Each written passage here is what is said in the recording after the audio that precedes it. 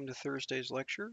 Today we're going to talk about systems of differential equations and how to set them up so we can solve them using differential equations. So the formal title for today's series of lectures is Systems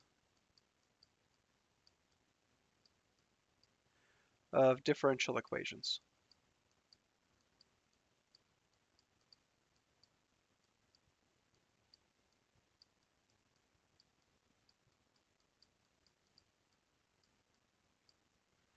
Equations.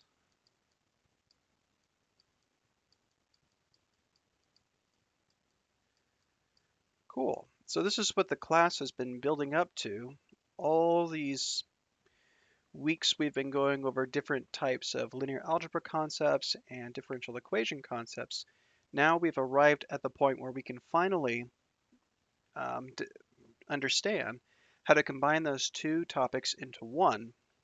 So you can see that there is an entirely practical application that comes out of those two disciplines in mathematics and forms one unique discipline, which is very useful for most engineering applications and for most of applied mathematical applications as well. Okay, so let's go ahead and get started. So first of all, the whole point of this section is to notice that systems of differential equations can arise quite easily from naturally occurring situations. And developing an effective system of differential equations is um, not all that challenging. Sometimes it can be easy, but sometimes it can also be a bit cumbersome. But I should also let you guys know that systems can arise from any order of linear differential equations. It could be second order, third order, meaning there's a triple derivative or a hundredth derivative term. All of those different types of terms can be incorporated into a system of differential equations. But before we can get into how to understand those systems, we need to write down a system and get some terminology out of the way and then begin practicing these as we go. Okay, so we are going to look at first order first, and those are the first derivative terms that we're going to use in our system of differential equations.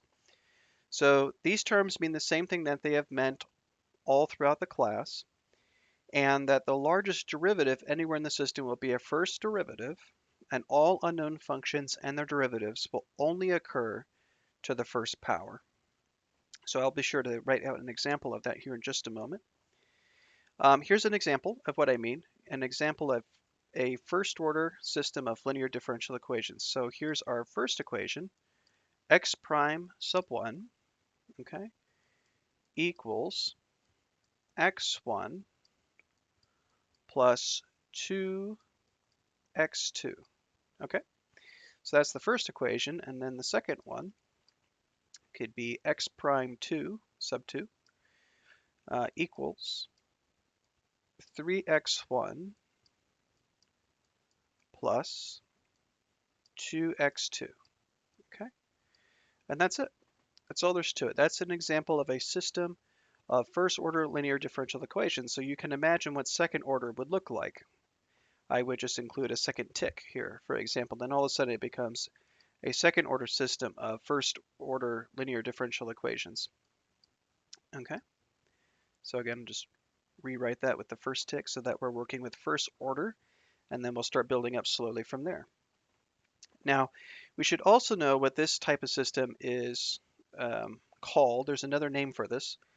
This is known as a coupled system, since knowledge of the second variable x2 is required to find x1, and likewise knowledge of x1 is required for x2.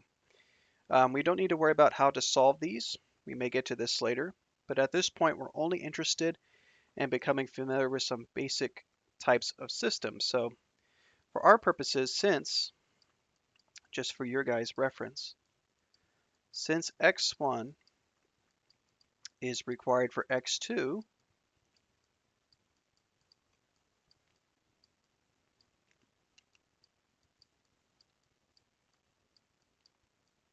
and vice versa,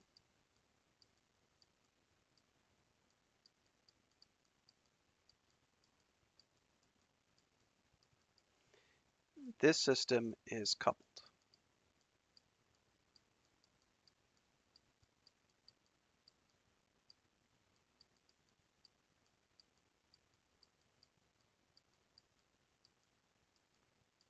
Okay, so that's out of the way.